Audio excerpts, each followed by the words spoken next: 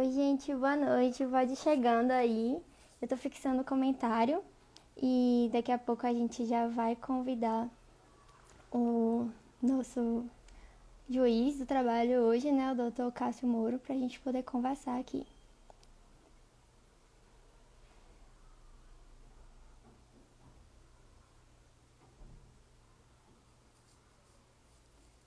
Agora é só fixar. Pronto. Eu vou deixar uma caixinha de pergunta aqui. Vocês podem ir colocando no comentário que a gente vai lendo no decorrer da live, tá? Essa é a terceira live do quadro Me Conta Isso Direito. Tá tendo uma repercussão bacana, né? Interessante ver como aqueles que recebem o nosso trabalho veem e como eles esperam que a gente entregue também.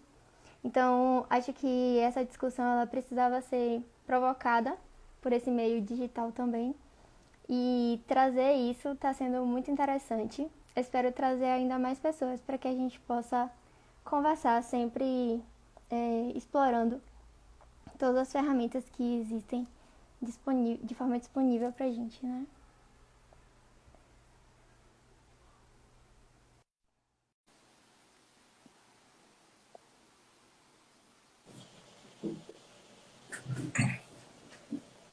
Olá, Olá, olá, tudo bem? Tá me tudo ouvindo? bom? Tô te ouvindo, Cássio. O pessoal tá ouvindo legal? Então tá bom.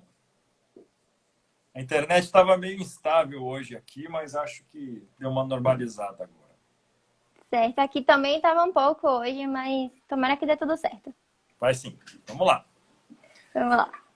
Gente, vocês acompanharam as postagens, né? O Cássio Moro, ele é juiz de trabalho, ele é professor, estudante também de economia. Eu conheci através do Congresso Pensar Contabilidade, tinha uma palestra lá que era justamente sobre a perícia na solução dos conflitos trabalhistas. E achei muito interessante, ele deixou disponível o seu contato aqui através do Instagram. E aí eu resolvi ir lá, conversei com ele e ele topou fazer a live. Então vamos explorar essa oportunidade de conversar, tirar todas as dúvidas que geralmente a gente tem mesmo, principalmente quem está começando. E vou deixar que ele fale um pouquinho agora, para que depois a gente entre no assunto. Você quer que eu fale o quê? Primeiro que é uma honra muito grande estar aqui. Espero que eu possa responder as perguntas de forma eficiente, que a gente possa criar um bate-papo bacana aqui, né? O tema é interessantíssimo e as perícias contábeis elas às vezes ficam muito distantes do nosso mundo, aquele contato frio por petição, e acho que a melhor coisa é ter um bom diálogo entre magistrados, advogados, peritos, para que o processo se solucione da melhor forma. Então é um prazer, espero poder contribuir aqui com o debate e vamos lá. Vamos lá. Você falou uma coisa interessante, né? Que é a questão de aproximar essa relação. Eu vejo que, principalmente para a gente, para nós peritos, existe assim, a gente enxerga de uma forma diferente, né?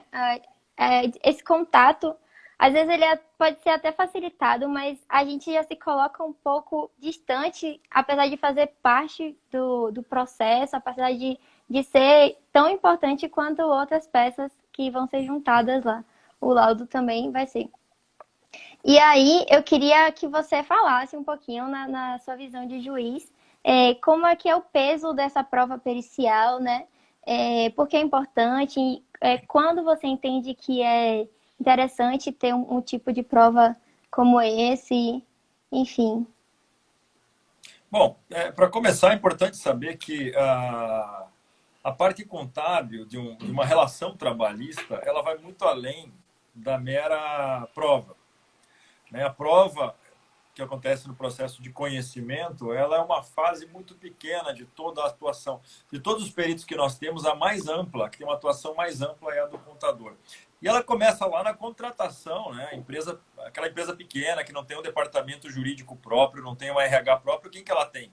Ela tem o contador dela que faz às vezes de de advogado, de RH, de tudo. Então, acho que ali já começa todo o trabalho. Olha o Locatelli ali, colega meu, juiz de trabalho, lá de Mato Grosso, meu padrinho. Então, a perícia contábil, na verdade, ela começa desde o início. Se essa parte contábil já for feita equivocadamente durante o contrato, certamente isso vai gerar um processo depois e aí vai ser acionado, vai se exigir uma nova análise pericial contábil de tudo. Então, começa ali. Nós temos ali toda a parte contratual, toda a aplicação de normas éticas na própria empresa que são passadas pelo perito.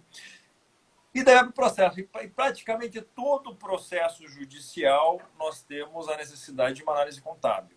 Ou ela é feita por um perito externo, ou ela é feita por um perito dos próprios quadros da empresa, da justiça. E sempre, o advogado sempre tem que estar atuando do lado do seu perito, do seu contador. Ele não pode estar todo separado dele. Então, infelizmente, às vezes a gente chega lá numa audiência e fala, doutores, valores para acordo, não sei quanto. Quando um reclamante, um demandante entra num processo, vai para a audiência e não sabe quanto ele quer, ele já começou tudo errado. Por mim, ele pode fechar a pastinha dele, voltar para casa e fazer de novo a lição de casa. O primeiro juiz da causa é o advogado, ele vai analisar as questões de direito. Se é viável, ele vai conversar com o contador dele para saber o quanto é. Da mesma forma, a reclamada, se ela vai para uma audiência sem saber os riscos financeiros da demanda, é melhor nem ir. Então, a noção, transformar o direito em números é um aspecto fundamental em todas as fases da relação de emprego e fases processuais. Veja a importância do escritório contábil, a importância da conversa entre o jurista, seja advogado, seja juiz, com o contador. Isso é fundamental. Os dois têm que atuar juntos. Até falo, o juiz trabalha aqui no Espírito Santo, nós temos 2 assistentes.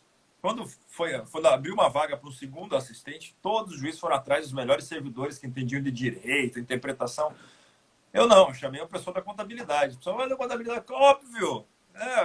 A função do juiz é transformar o direito em número para executar. O que importa é o faz-me-rir lá no final. Se o dano moral, o trabalhador sofre um dano moral. Eu não vou repor a status anterior à ofensa. A ofensa já aconteceu. O que eu posso fazer? Converter, trazer um alento em números, em valores. Então, é fundamental que se saiba valores de demanda. Não ficar só debatendo abstratamente de, mas eu tenho esse direito, tem aquele outro. Isso pouco importa. O que importa é o número ali. Infelizmente, a justiça trabalha muito fria. A justiça é muito fria. E ela é convertida em indenização. Indenização por danos morais nada mais é do que a valorização em números, em moeda, de algo que aconteceu na cabeça da pessoa. Então, não dá para ficar sem, não tem como. É uma profissão que não tem como deixar de lado, como outras profissões vão acabar. Não, contabilidade não tem como. Fora que é muito difícil, é muito complicado. Antes de ir para o doutorado, eu voltei a fazer faculdade, eu resolvi fazer economia antes de ir para o doutorado e tive a disciplina de contabilidade. Meu Deus do céu, vocês são muito inteligentes, porque eu boiei naquilo. Não é fácil, não. Parabéns, contador. Obrigada. Cada um com sua esfera, né? Juiz entende de direito e contador de contabilidade. Eu repito isso sempre aqui. Você falou uma questão interessante sobre levar valores. E a mudança na legislação trabalhista, ela propôs isso, né? Que o advogado já entrasse com a ação com valores prévios, principalmente.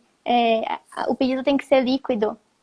Então, isso até melhorou o fluxo de demandas trabalhistas. O que é que você acha disso? Olha, primeiro, eu acho que ainda foi tímida, porque a interpretação que se tem hoje é que o pedido deve ter um valor. Não há necessidade de uma liquidação. E aí, advogados que já estavam acostumados a dar um valor da causa qualquer para definir o rito, eles ainda são muito resistentes a liquidar o valor. E isso acontece, e isso cria 2 problemas para o advogado que não apresenta o cálculo líquido. Se ele pedir a mais do que é devido, ele chuta um valor lá, porque ele não quer falar com o contador, ele não quer. Se ele pedir a mais e perder, aquela parte a mais que ele perdeu, o cliente dele vai ter que pagar honorários sucumbenciais sobre aquilo para outra parte. Então é um erro. E se ele pedir a menos, o trabalho dele não foi perfeito, não foi o melhor que ele podia dar para o cliente dele. Então é fundamental. E eu já dizia isso antes da reforma trabalhista, isso já seria importante desde antes. Né? Você saber exatamente o quanto você está pedindo. Isso cria. Agora, a grande maioria faz o cálculo e apresenta. Qual que é a grande vantagem disso? Você quer primeiro, você estabelece um princípio ético. Pedir o que realmente é devido. Então, quando você tem que apresentar um cálculo e você tem que pensar na sucumbência, ou seja, o trabalhador não pode mais demandar sem achar que tem nada a perder, ele cria uma necessidade ética muito grande, de pedir exatamente aquilo que ele entende devido e mais. Ele faz uma análise de risco já de início. Mesmo aquilo que ele entenda devido, se ele não tem prova nenhuma, ele pode perder e tem que ser condenado. Então é melhor nem pedir. Então, valores são muito importantes para isso. O advogado não faz a mínima noção, ele pede 10 pedidos. Se ele não faz o cálculo, ele acha que cada pedido desses vale 1/12 da demanda. Agora, se ele estabelece em valores, ele vai ver que um pedido daquilo pode representar 90% da demanda. Então, é importante ter a noção de valores. A liquidação de inicial me parece que foi um grande avanço. Infelizmente, os tribunais falam, não, só indica o valor que está bom, como a gente já fazia com o rito sumaríssimo. Ok, não é a melhor técnica para um advogado. Já digo, o advogado tem que trabalhar junto com o escritório contábil, com o contador do lado, para fazer as demandas. Sempre, em todas as fases do processo, você tem isso. Não é só lá na execução. Na execução eu vou pensar em contador. Não, você não está fazendo a melhor advocacia. Aquele que foi contratar um advogado, pergunta, vem cá, você trabalha com contador já? Eu quero um contador. Eu quero saber quanto eu estou devendo. Até para não criar falsa expectativa. Eu lembro antigamente, o advogado colocava 40 mil reais para ir para o rito ordinário. O trabalhador achava que tinha direito a 40 mil reais. E às vezes nem tinha isso. Uma coisa que aconteceu, olha que efeito interessante. A partir do momento que se exigiu o valor dos pedidos, aumentou demais o número de ações de rito sumaríssimo. A gente não via antes. A pessoa colocava um valor lá só para ficar no rito ordinário, para ter para ter 3 testemunhas ao invés de 2, para tentar dar mais, enfim, para ter aquele caminho normal. Agora, com a unidade de cálculo, a gente verifica que a grande maioria das ações não tem tanto valor. Já não tinham antes. Só que havia uma abstração disso. Então, foi muito bom. Acho que foi uma das grandes vantagens da reforma.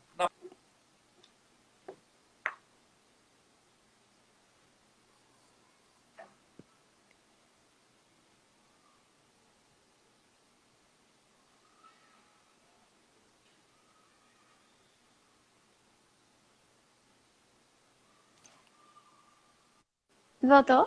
Eu não sei se tinha travado aqui, eu fiquei na dúvida, mas voltou. Aqui travou. Certo. O que mais? Me conte.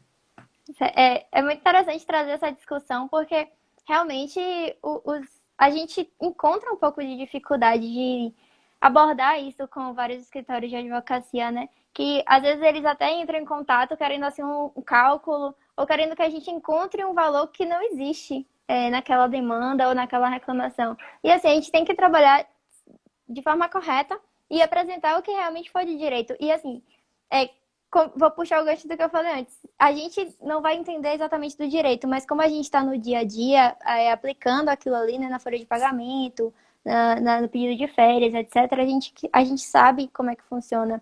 Mas quem tem que dar um norte também é o advogado. Dizer assim, pleiteio tais verbas. O que é que você acha disso? E aí a gente faz a apuração. Porque às vezes chega até advogado falando assim, o que é que você acha aqui? Calcula tudo para ver onde é que a gente consegue. E aí fica complicado, né? A gente tenta manter uma relação equilibrada e às vezes a gente é cobrado mais do que qualquer outra coisa. Bom, se tem uma vantagem na exatas é que ela é exata. Você tem um número, né? O advogado, às vezes, eu já condenei por litigância de má-fé por cálculo equivocado. Você tinha um bis in idem do bis in idem, ou seja, um reflexo do reflexo do reflexo, e que aquilo criava um paradoxo ali. Então, eu falei, não tem noção isso que você está falando. Esse cálculo, não precisa ser contador para saber que esse cálculo aqui está altamente equivocado. Né? Então, é importante que o profissional, seja ele o advogado, seja ele o contador, mantenham a boa-fé, mantenham a sua ética profissional ali. E aí não vai ter erro nenhum. Acho que isso melhorou bastante desde a reforma. Os pedidos estão sendo bem mais coerentes, então isso faz parte. Né? Agora, é claro, eu não sou contador, mas uma coisa que a gente fica impressionado quando a gente faz perícia lá na execução, o cálculo de um dá X, o outro dá X mais 2. Não sei por que dá essa diferença. Não é conflito jurídico. É claro que tem conflito jurídico. Vai usar o IPCA, vai usar TR, vai usar o que for. Agora, é objetivo. O cálculo é objetivo. Ele tem que ter o máximo de precisão. Às vezes, um equívoco ou outro ali, ou uma apuração diferente ali, sim, mas tem que ser muito preciso. E aí também vale também um puxão de orelha para o magistrado quando chega em execução. A sentença tem que ser muito objetiva, ela tem que dar os parâmetros de forma simples para o perito entender aquilo. Horas extras, então eu quero hora extra, base salarial vai ser essa, o divisor vai ser esse, o período vai ser esse. Tem que ser uma coisa muito objetiva. sim. Né? Então, o magistrado tem que estar antenado a isso também. Tem que conversar com o contador e falar, olha, qual que é a melhor forma de eu fazer isso? Eu já peguei a prática, muitos contadores lá da vara elogiam que a minha sentença é muito simples de liquidar. Isso é importante, o magistrado também tem que estar antenado nisso. E o Sim. advogado, mesma coisa. Aí vale também técnica do advogado de fazer inicial, tem que começar fazendo pelos períodos salariais, que são base de cálculo, deixar os reflexivos depois, indenizatórios lá no final. Então tem que ter toda essa técnica para um facilitar o trabalho do outro. E aí a coisa vai bem. É, claro. Concordo plenamente com o que você disse. É, com relação a esses cálculos, assim, você acredita que a utilização do PJE-Calc, ele vai padronizar? Assim, Não faço ideia. Nunca usei o PJE Calc. Eu, pelo que eu converso com os contadores, todos gostam de Excel. Excel é bom para fazer cálculo. sim. Para mim, só interessa o número final e dar uma olhada nos parâmetros. Eu não sei se ele é mais fácil, se é mais ágil, se não é. E para Vocês vocês têm que me também, falar isso. Eu tenho que né? receber o feedback de vocês sobre o PJE Calc. É, na verdade, o que Eu, interessa para particularmente, vocês, quando analiso cálculos, eu não estou preocupado se ele vem em PJE Calc, se ele vem numa sim. planilha de Excel. Numa apresentação qualquer, o que me interessa é verificar os parâmetros e o número, só isso. Depois, a gente até bota lá no sistema para fazer as atualizações automáticas. Agora, eu não Eu sei, vou, nunca usei. eu vou aproveitar o gancho que a gente já está falando de liquidação de sentença.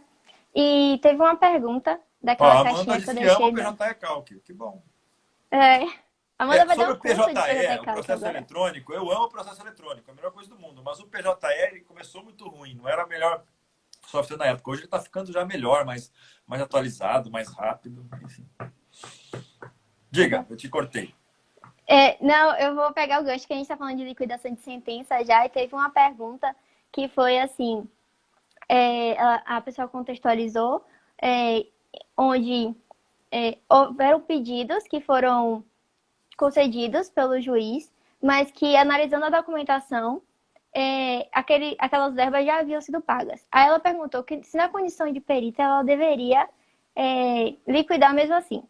Eu entendo que quando chega no nível já de liquidação de sentença, o perito tem que se ater àquilo que foi delimitado pelo juiz. E que se houver algo a ser questionado, que a parte reclamada, ou a parte que tiver prejuízo nisso, tem que fazer o seu ato jurídico para reclamar. E não cabe ao perito mais fazer isso. Agora, qual é a sua posição? Não existe nenhum óbito se é liquidação zero. Então, eu posso condenar e esse valor dá nada, dá zero. Isso não tem problema nenhum. Então, a gente verifica isso muito no pagamento de horas extras. Eu verifiquei que trabalhou horas extras, vou liquidar, diversas horas já foram pagas. Então, não tenho porquê de pagar de novo. Não tem problema nenhum. Se o perito falar, tenho um pagamento aqui, vou abater, deu zero. Perfeito, sem problema. Pode fazer. Interessante. O que não Legal. pode é ter o bis in idem, o pagamento de novo, que você falou completamente. Então, é até Sim, dever do perito informar, até porque erros existem na apreciação da prova, às vezes. Né? sim. Teve uma pergunta aqui da Amanda. Eu deixei subir. Como o senhor vê essa nova modalidade de sentenças líquidas que alguns tribunais já têm adotado? Tá. Depende. Uma coisa que eu não gosto no direito é usar um único método para todo tipo de processo. Nós estamos vendo hoje que o novo processo, as partes constroem o processo, adequam o processo a cada realidade. Processos muito simples, aqueles que qualquer pessoa, até advogado, jurista que não sabe nada de cálculo, consegue fazer um cálculo. Esses acho que é interessante, dá para fazer líquido, acelera muito o processo. O reclamante já pede os valores, o juiz verifica rescisório, aviso prévio, 13º férias, mais nada. Uma multa de 477. Isso aí qualquer pessoa consegue fazer o cálculo disso. Tem gente que não, né? Mas qualquer pessoa consegue. Ali a gente até pode fazer uma sentença líquida, já vai para execução, só atualiza, não tem o porquê de ter uma perícia. Por quê? Perícias tem custos, né? Quanto mais a gente puder eliminar isso, desde que não interfira no resultado do processo, pode acontecer. Entretanto, a grande maioria dos processos nossos são difíceis de liquidar, tem cálculos complicados. E aí o que acontece? Olha o nosso problema aqui. Os juízes que apresentam sentença líquida, a parte recorre. O tribunal, quando reforma, não liquida. Ou seja, todo aquele cálculo que o primeiro grau fez para liquidar é perdido. Então, qual é a vantagem disso? Processos complicados hoje, eu não me sinto seguro da minha equipe de contábil lá da vara ou de perito liquidar ela antes. Porque o tribunal vai reformar, não vai liquidar e eu vou ter que refazer o trabalho. Então é besteira, deixo para o final. Processos mais simples, beleza. Acelera muito, porque daí quando você tem a sentença líquida, e digamos que o tribunal também liquide o acordo no segundo grau, você elimina todos os recursos de execução sobre cálculo. Não tem impugnação à sentença de liquidação, não tem nada disso. Então, a execução já é um ato executivo mesmo. A gente não vai discutir cálculo lá na frente. Então, isso agiliza. Mas, repito, toda a estrutura recursal tem que estar antenada com isso e saber fazer. A partir do momento que reforma uma sentença, já apresente um novo cálculo. Senão não adianta de nada. Faz todo sentido. A Erika, ela perguntou aqui, quando nos quesitos das partes estiver questionamentos sobre se há direito ou não de alguma verba, por exemplo, nesse caso, não devemos entrar no mérito, correto? Eu tenho um caso mais. Eu vou elencar com um caso que não é de perícia contábil, mas acontece muito na perícia de insalubridade e em portos. A gente tem muito porto aqui em Vitória. Então acontece aquela questão se o adicional de risco portuário se aplica ou não nos portos privados, porque a lei faz uma remissão expressa a portos públicos. O perito não vai falar, não tem adicional de salubridade porque é porto privado. Isso é uma interpretação jurídica. Ele vai lá verificar, se o perito engenheiro de segurança, ele vai lá verificar se existem riscos para pagar o adicional. Depois é o juiz que vai julgar. O perito contábil é a mesma coisa, né? Por exemplo, ele não vai opinar, ele não vai falar, não, tem que ser IPCA ou tem que ser TR. Isso é uma discussão que está lá no STF. Então, não cabe aí, não cabe nem ao juiz de primeiro grau ficar julgando isso, é lá do STF agora. Então, não é o perito. Se o juiz mandar atualizar pela TR, ele vai atualizar pela TR, ainda que ele discorde, acha que tem que ser pelo IPCA. Né? É a interpretação jurídica. Então, não... O que acontece muitas vezes é o perito facilitar a vida, né? Ele já dá a interpretação jurídica para o juiz fazer a sentença, né? Numa perícia de mérito, por exemplo. Isso facilita muito a vida do juiz que não está muito disposto a fundamentar. Ele quer só aquele resultadinho da perícia para fazer a sentença. Ele lê a última página do laudo e tá bom. Mas a ideia não, a interpretação jurídica é do magistrado. É do magistrado. Ele tem que fazer alguma coisa também, né? Concordo. Tiveram algumas perguntas sobre... Achei bem polêmico essa questão de ter juízes que só leem a última lauda, a última folha do laudo. Insalubridade é o mais normal, né? Tem insalubridade ou não tem? Tem que O ler importante tudo, é ver porque pode passar uma coisa a outra. Então não dá, né? Então, dentro do aspecto de toda a estrutura de um laudo pericial, qual que o senhor entende que seja aquela mais importante, assim, que o perito deve dedicar máxima atenção? Não que nas outras partes não deva, mas que é aquela mais importante para o juiz. O mais importante é a confiabilidade. Então, por exemplo, o juiz ele tem um corpo de... As varas ainda, pelo menos aqui no Espírito, nós temos alguns peritos. Nós temos Eu trabalho na primeira vara de Vitória. A primeira vara de Vitória é a mais antiga, que tem execuções gigantescas. A minha estrutura de contador interna ela é uma estrutura muito, muito precária. Eu tenho uma contadora com com 2 ou 3 auxiliares, evidentemente que eles não dão conta. Então, eles vão ficar ali fazendo alguns cálculos de atualização, verificação de pagamentos e tal, e os cálculos complicados nós nomeamos peritos externos. O ponto mais importante é a confiabilidade. Então, primeiro, eu tenho que ter um diálogo direto com esse perito.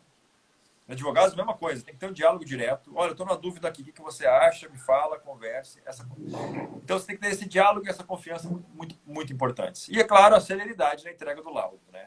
A gente sabe que demora, que é difícil, mas não dá para ficar 3 meses lá esperando um cálculo que não apareceu.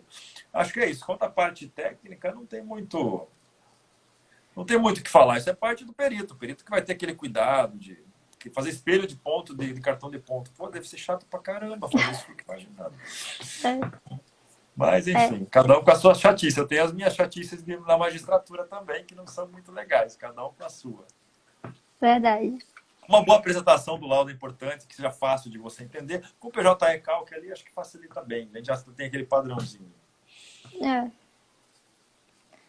É, teve muita pergunta também relacionada, por exemplo, à apresentação, né? Quem quer iniciar na perícia e quer ir se apresentar ao juiz. Uhum. A gente sabe que tem que fazer o cadastro, né, no tribunal, mas meio que existe essa questão de quem não é visto não é lembrado. Então, muitos peritos gostam de ir até as varas, se apresentar, se colocar à disposição. E aí, a sua posição quanto ao juiz com relação a isso? Assim, como é que você entende essa abordagem, essas coisas? Bom, o perito, como eu disse, porque confiabilidade é importante. O perito é o longa-manos do juiz, é o juiz que escolhe. Normalmente, claro, a vara já tem um corpo de peritos ali que ela já está habituada e tem a política dela de entregar processos, honorário já. A nossa vara tem um honorário padrão para cálculos, aí os peritos que a gente tem um corpo de peritos ali no quadro para execução, né? E aí eles vão pegando os processos conforme a demanda. A gente evita o máximo de ter pessoalidade. Nos processos de conhecimento, onde nós temos que fazer alguma prova necessária, por exemplo, esses dias eu peguei uma para apurar os diversos controles de estrada de um caminhoneiro, eu tinha que apurar lá o controle de trecho da mão, outros documentos e tal. Aí eu vou nomear alguém da minha confiança. Como é que esse perito faz para isso? Primeiro, ele tem que se apresentar, tem que mostrar currículo, mostrar talvez algum material, quase como se fosse fazer uma entrevista de emprego sem ser chamado, né? Você vai lá, se apresenta. Acho que todos os magistrados estão sempre receptivos a receber, fazer testes com peritos, porque a gente precisa de muita gente, né? Não é pouca, não. A gente tem muito processo. Agora, com essa pandemia, a gente deve aumentar demais. Se apresentar, mostrar o que faz, currículo, é bacana. O fundamental é esse. Se o juiz te procurar, melhor ainda. Por isso que fazer algum bom trabalho é legal para isso. Claro. E é. É, Aí, quando você o já juiz, teve. quando o juiz gosta do trabalho, ele vai falar para os outros colegas e você vai adquirir todo um rol de juízes te nomeando, né? Já teve a experiência de você encontrar um parecer apresentado por uma das partes e que aquele parecer demonstrou passou muita confiabilidade, onde foi dispensado uma prova pericial designada pelo senhor? Algum parecer da parte? Sim, Normalmente o que acontece? Empresas vêm com cálculos de diversas parcelas, vêm com folhas de pagamento muito bem elaboradas e relatórios muito elaborados. Então a gente sempre parte da premissa de que os documentos têm boa fé. A gente parte da premissa que aquela documentação é de boa fé e que para desconstituir isso não é simples. Numa execução, eu normalmente tenho que analisar os dois cálculos principais. Eu devo tanto, eu devo tanto. Eu vou dar uma analisada e verificar qual dos dois tem mais clareza e qual é o ponto de convergência e vou escolher um deles. Nisso, a apresentação, a demonstração do ponto de conflito ali é importante, que a parte saiba mostrar, enfim. Agora, é claro, outra coisa importante do perito, e fala isso para perito em qualquer área, não dá para falar naquela linguagem estritamente técnica. Por exemplo, o contador não vai falar com linguagem técnico-contábil sempre, ele vai ter que expressar com palavrinhas, desenho, para o juiz entender, porque o juiz não sabe nada daquilo. Então, médico, por exemplo, coitados, os médicos têm que falar com uma linguagem para leigo, porque a gente não sabe nada de medicina. Cálculo também não é muito diferente, acho que é mais difícil ainda da gente entender. Então tem que ter umas palavrinhas ali, não dá para pôr só número que a gente fica meio assim, o que você está falando? Não faço ideia. Eu ainda tenho um pouco de experiência em exatas, enfim, por causa da minha formação anterior ao direito, mas tem gente que não sabe nada. Né? O pessoal vai fazer direito porque não sabe fazer cálculo. Essa é a nossa realidade aqui. Né? A gente não é muito bom nessas coisas. aham. Estou aprendendo a mexer numa 12C. Vocês devem mexer direto com isso. Mas depois que conhece o Excel, a gente já deve deixar ela um pouquinho de lado. Mas é uma clássica. É. Meu Acho que primeiro todo mundo. emprego, Meu primeiro emprego foi estagiário, na verdade, quando fazia eletrônica no Cefet, foi dar aula de Excel. Isso em... Deixa o ano para lá, 90 e alguma coisa. Legal. Acho que a primeira coisa que eu fiz quando eu passei em contabilidade foi comprar uma 12C. Comprei uma 12C e comprei um manual de contabilidade societária. Acho que é o kit de todo estudante. Tudo bem. A Amanda perguntou se há critérios na hora de nomear um perito. Você até falou já da questão da confiabilidade, né? A gente sempre com os peritos conversa. Olha, os honorários vão ser tanto, a gente sempre conversa antes. A política nossa é honorários assim, você quer? E aí, normalmente, quando nós temos, para contabilidade, nós temos um corpo de peritos, a gente vai nomeando dentro de uma sequência. Foi esse, agora esse, agora esse, agora esse. Perícia de engenharia, posso ser a mesma coisa. Eu tenho 3 peritos de engenharia, são 3 de engenharia, não, 2 de engenharia, 2 médicos hoje. Eu vou alternando entre um e outro. E contadores eu tenho um número maior. Então a gente vai alternando entre aqueles É uma que estão no espécie de quadro. rodízio. É uma espécie de rodízio. Legal. É, Deixa eu ver se eu encontrei uma pergunta aqui diferente do que a gente já tratou. Teve gente comentando sobre. Eu vou aproveitar o gancho da nossa linguagem não ser muito técnica. E teve gente que comentou sobre a linguagem jurídica, né? O juridiquês, que a gente até conversou hoje. Uhum. É, Como é que o perito pode treinar isso? Bom, o perito para se aventurar na área trabalhista, ele vai ter que se atualizar em legislação trabalhista, não tem jeito. Né? Eu, particularmente, uso uma linguagem muito simples nos meus trabalhos. Eu não fico usando juridiquês, detesto juridiquês. Até tive uma dificuldade muito grande no mestrado, que eu tive que colocar um juridiquês maior ali. A minha ideia é escrever uma coisa muito simples. Para quem? Para o leigo, para o cliente, para o destinatário, para o jurisdicionado entender.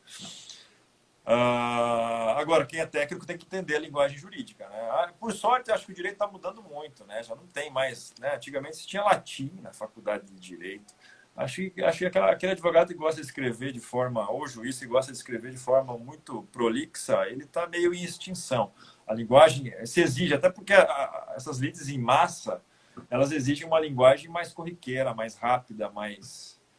Claro, sem abusos, né? Sem usar aquelas gírias de WhatsApp, mas enfim, acho que a linguagem vai ser cada Sim. vez mais simples, respeitando, é claro, os termos técnicos da coisa. Esses dias tive uma ação, uma inicial que falava assim: o trabalhador foi dispensado tal dia quando o seu contrato foi suspenso. Eu estou suspenso? Não, eu queria suspenso, porque acabou o contrato. Não, então, esse termo é um termo técnico, suspensão é outra coisa. Então, não dá para errar no termo técnico, mas use ele de forma tranquila, português fácil, simples, não tem erro. Até porque se errar no termo pode complicar o pedido, né? Não, o termo técnico tem que ser correto. Agora não precisa dar aquele juridiquês polido e chato. Bobagem. É verdade. Tem gente já perguntando sobre os honorários.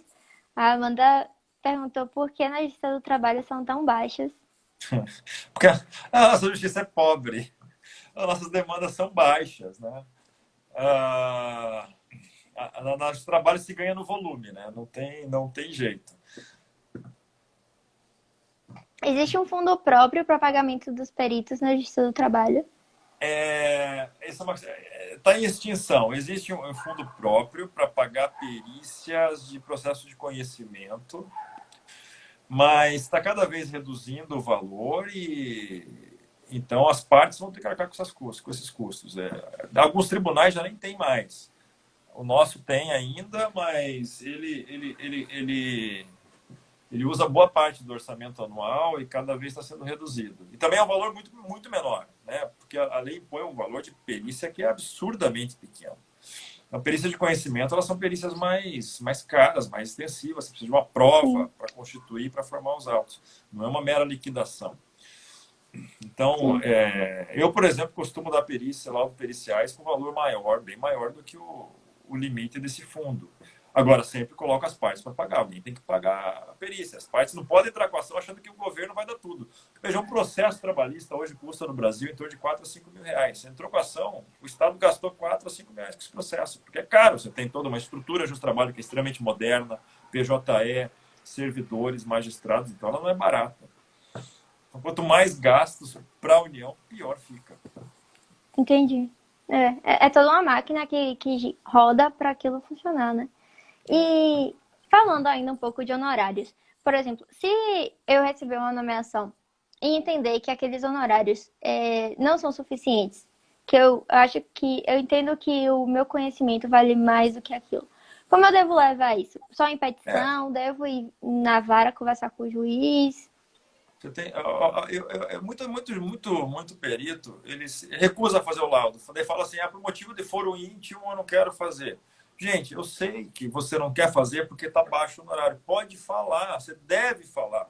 Né? Às vezes o magistrado tem 10 mil processos para analisar, ele vai fazer um padrãozão, mas se você faz um pedido ou conversa com o magistrado, fazer o pedido é interessante para formalizar e mostrar que é grande o pedido. Você vai falar, olha, eu não aceito fazer por menos disso, por isso, por isso, por isso. E o magistrado vai levar em consideração ou não. Então, esse diálogo é fundamental. Eu falo, meus peritos, não fale que você não vai fazer por motivo de furante. Fale que o honorário não é bom, porque senão eu tenho que nomear outro perito. Eu tenho que te tirar daqui.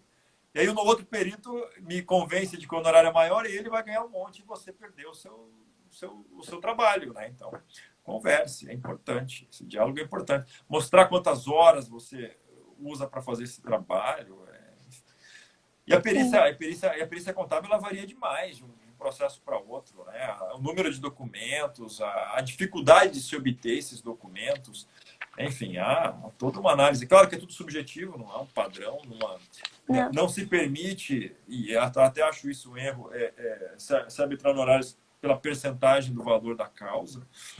Enfim, Você é acabou de valor fixo, responder, né? inclusive, uma pergunta do Leandro, né?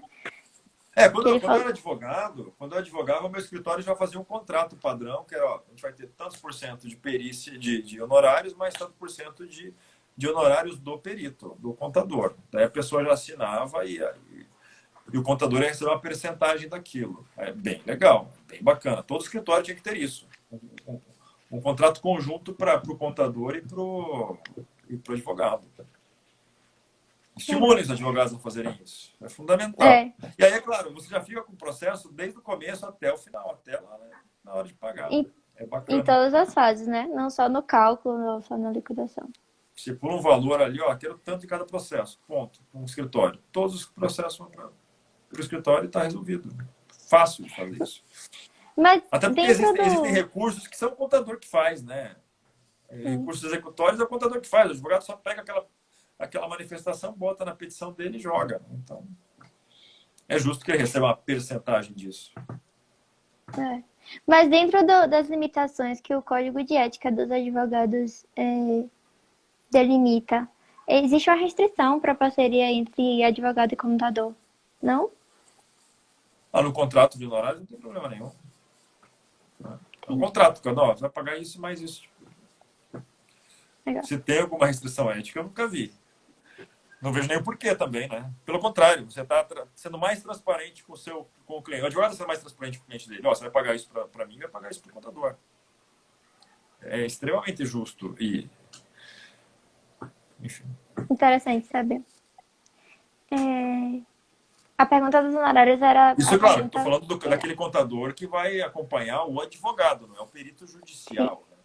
claro. Até, até porque o perito não pode receber das partes diretamente o honorário. Não. É,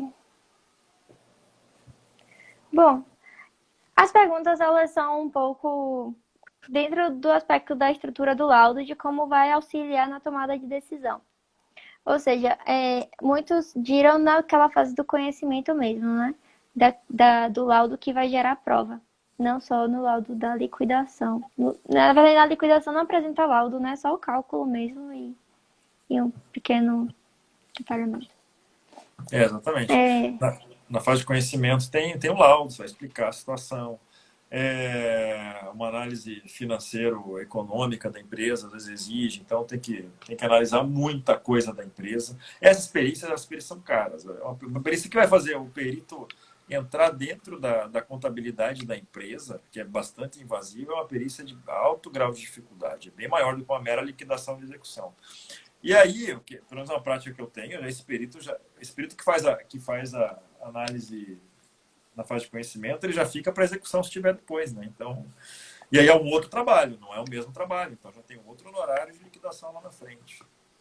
E pode ser o mesmo perito ou não, né? Eu Mas prefiro até que existe. seja. Já fica fácil, já está lá, já conhece o processo, já sabe o que está acontecendo. Legal.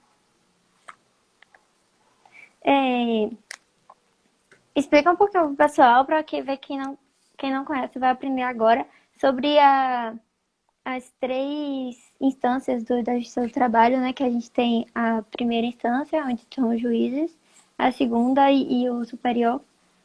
Bom, a gente tem um monte de instância, né? Podia ter tirado metade delas. Basicamente, a gente tem o processo no primeiro grau, que é o juiz artesão, é o juiz de varejo. Né? É o juiz único que vai analisar a demanda em trabalhador e empregado. Esse juiz vai proferir uma sentença e ele acaba o trabalho dele de conhecimento, ou seja, verificar quem tem direito e quem não tem. Proferida a sentença, as partes podem recorrer, essa é uma única instância em que ela pode recorrer de tudo. Vai falar que as provas não foram produzidas de forma correta, a interpretação jurídica não foi feita de forma correta, ou pelo menos não, de forma que lhe beneficie. Então, as partes podem recorrer para quem? Para o Tribunal Regional do Trabalho, o juiz vinculado ao tribunal. E ali uma turma de 3, depende da organização, aqui no Espírito Santo, turmas de 4 desembargadores, 3 julgam, vão reapreciar essa sentença e vão proferir um acordo. Insatisfeita, a parte ainda pode recorrer de interpretações jurídicas, ela já não pode mais falar de fatos. Existem só duas instâncias para falar de fatos. Prova pericial é fato, então até apenas o TRT. Questões jurídicas controversas podem ser levadas a Brasília, e lá você tem 2 instâncias para isso, que é o TST, para pacificar, a função do TST é pacificar entendimentos, né? Enquanto você tem o juiz de primeiro grau lá na base, tem uma pluralidade de entendimentos, uma diversidade de entendimentos, como faz parte do processo democrático. O TST, a ideia dele é pacificar lá um posicionamento unitário para tudo, para dar segurança jurídica. E eventuais questões constitucionais ainda podem chegar ao STF. Não é muito simples, mas pode chegar. Chegar em Brasília já é muito difícil no TST. Para chegar no STF ainda é mais complicadinho. O mais normal é ficar nessas 2 primeiras aqui dentro da região, ou aí no seu caso, Bahia, né, que é um tribunal modelo muito bacana, aqui o Espírito Santo. Não nem sempre se confunde com o Estado, mas a grande maioria das regiões se confunde com o Estado. É isso. Sim. Mais alguma coisa? E aí, dentro do trabalho pericial, a gente pode dizer que acontece basicamente na primeira instância. É. Na primeira instância, nas 2 fases do processo. Nas 3, alguns dizem que são 3, outros dizem que são 2. Que é na fase de conhecimento, né? Hoje, nós temos que apresentar cálculos líquidos, né? O trabalhador tem que apresentar cálculo líquido, uma eventual prova no conhecimento e depois na fase de execução. Eu sigo a teoria, a escola do professor Manuel Antônio Teixeira Filho, que diz que a liquidação está dentro da execução. Alguns falam que liquidação é um processo próprio. Eu acho isso dividir demais o processo. Então, nessa fase também. Tudo isso acontece no primeiro grau. O segundo grau não executa. Né? É tudo para gente. Então, a gente tem 2 trabalhos aqui, que é apreciar o direito e depois executar. Coisa que o tribunal não tem. Legal. Tem uma pergunta do Nailton que ele pede que você aborde sobre os pontos negativos e positivos da reforma trabalhista para a perícia. Bom, para a perícia tem pontos negativos, né? A gente, primeiro, eu não posso exigir que as partes antecipem honorários. Isso varia de estado para estado, mas aqui, nossas perícias de fase de conhecimento, para serem realizadas, o perito exige uma antecipação de honorários. É claro, ele não vai exigir todo o honorário no começo, mas uma parte porque ele tem custos, né? O trabalho do perito é esse. Então, os honorários são o salário do perito. Ele tem alguns custos iniciais para isso, né? Ele tem que pagar a conta de luz, ele tem que pagar o funcionário, ele tem que pagar tudo aquilo. A CLT, com a reforma, falou assim, não, você não pode mais exigir antecipadamente os honorários. Ou seja, ela está obrigando um trabalhador, olha que ironia, a legislação trabalhista está obrigando um trabalhador, que é o perito, a trabalhar de graça, para talvez receber lá na frente se houver condenação e se a empresa tiver, o reclamado, normalmente a empresa, tiver dinheiro para pagar. Ou seja, você está colocando o perito, que é um trabalhador, que não tem nada a ver com a briga das duas partes, dentro do risco dessa demanda. E isso é pavoroso. Eu acho essa mudança terrível. Então, ó, você quer fazer perícia? Você tem certeza do seu direito? Banque o seu perito. Se você ganhar o pedido, depois a outra parte vai te ressarcir. A gente não pode mais fazer isso. Acho que esse foi o grande outra coisa ruim da reforma foi limitar o honorário a um valor irrisório, um valor sem noção nenhuma. Eu não sei como eu tendo a interpretar que essa é uma limitação para o fundo, né? O fundo da União para pagar o honorário não pode passar disso. Agora, se as partes forem condenadas, não tem o porquê de usar esse limite. Acho que foram os dois grandes problemas. Acho que a CLT, embora tenha trazido uma maior ética no processo do trabalho, ela não valorizou como deveria o perito judicial. Interessante. E uma coisa que acontece com frequência é a gente fazer a perícia e ter acordo entre as partes. Como é que ficam os honorários do perito nesse Boa caso? pergunta. Bom, se teve uma perícia na fase de conhecimento, esse acordo das partes alguém vai ter que assumir o honorário. Eu constantemente faço isso. Doutores, não esqueçam que tem o honorário do perito que ainda vou arbitrar no final. Se querem rachar, se uma parte só quer pagar, não tem problema. Na fase de execução é mais fácil ainda, porque no início da execução, quando a gente já homologa os cálculos, a gente já coloca o valor do honorário pericial, assim como os juros, parcelas previdenciárias, parcelas de terceiros. Nós temos juros, falei bobagem com juros. Nós temos o INSS, eventualmente tem imposto de renda e tem o perito. E as custas processuais. Essas parcelas, elas independem do valor do acordo. Na verdade, o INSS depende agora, né? Até faz 5 anos já que eles entenderam que se houver um acordo, aquela parte previdenciária fica proporcional ao valor do acordo. Mas o restante não, as parcelas são fixas. A execução estava em 10 mil, fecharam o acordo em 5, continua a obrigação do honorário pericial naquele valor, continua a previdência reduzida, mas continua as custas, se mantém, enfim. Então tem que pagar, não tem jeito. E as partes, na hora de fazer o acordo, a gente chama. Como é que vocês vão pagar? Quando que vocês vão pagar esses créditos de terceiros? Veja, o acordo é entre as partes, então ele não ofere terceiros. Não fere. Então, eles têm uma parcela da União, imposto de renda e tal. Eu tenho que chamar a União para ser ouvida. No caso do perito, é devido, não tem jeito. Não dá para dispensar. O trabalho já foi feito. Né? Como eu disse antes, o perito não pode ficar ao arrepio do risco da demanda. Não faz sentido, ele é um trabalhador. Uma coisa é falar, saiu um acordo, então o juiz também não vai receber subsídio. Não faz sentido. É a mesma coisa. Mas acontece com frequência, assim, pelo menos aqui no TRT5, de fazerem acordo e. Aí fica uma dica pro escritório. O escritório de advocacia, de contabilidade, tem que ter um controle muito grande sobre os processos. Tem que estar constantemente verificando. Opa, esqueceram de mim. Petição. Silêncio. Cadê meu honorário aqui? Pode ter algum equívoco, pode acontecer equívoco, né? Coitado do juiz quer se livrar tanto dos processos lá que homologa o acordo e nem olha os detalhes. A gente aqui, pelos Navarra, a gente faz sempre uma peneira fina em todos os processos antes de pôr fim a ele. Quando é execução, acordo em execução, a gente também faz isso. Né? Verifica o que é devido e o que não é devido. Acontece dois casos. Às vezes tem depósitos judiciais lá que pode esquecer de liberar para as partes ou para a União, o que for. E às vezes a gente esquece de cobrar algumas parcelas também, mas não dá. Não dá. Então o controle é bom das partes, do perito. Eu já vi uma vez um perito recorreu dos honorários. Não foi nem do valor dos honorários, é porque saiu um acordo e no acordo eu permiti que o perito, que o acordo era em 2 ou 3 parcelas, e eu permiti que se parcelasse os honorários também. A empresa ia pagar, só que queria parcelamento. Recorreu porque eu parcelei, ele não concordava. Só que o perito não tem legitimidade recursal, ele não pode recorrer. Então tem que conversar com o juiz direto. Enfim, recorreu à toa, perdeu tempo, coitado. É complicado. Mas então, pelo menos eu vi para ele, que bom que você tá atento à coisa. Tá atento.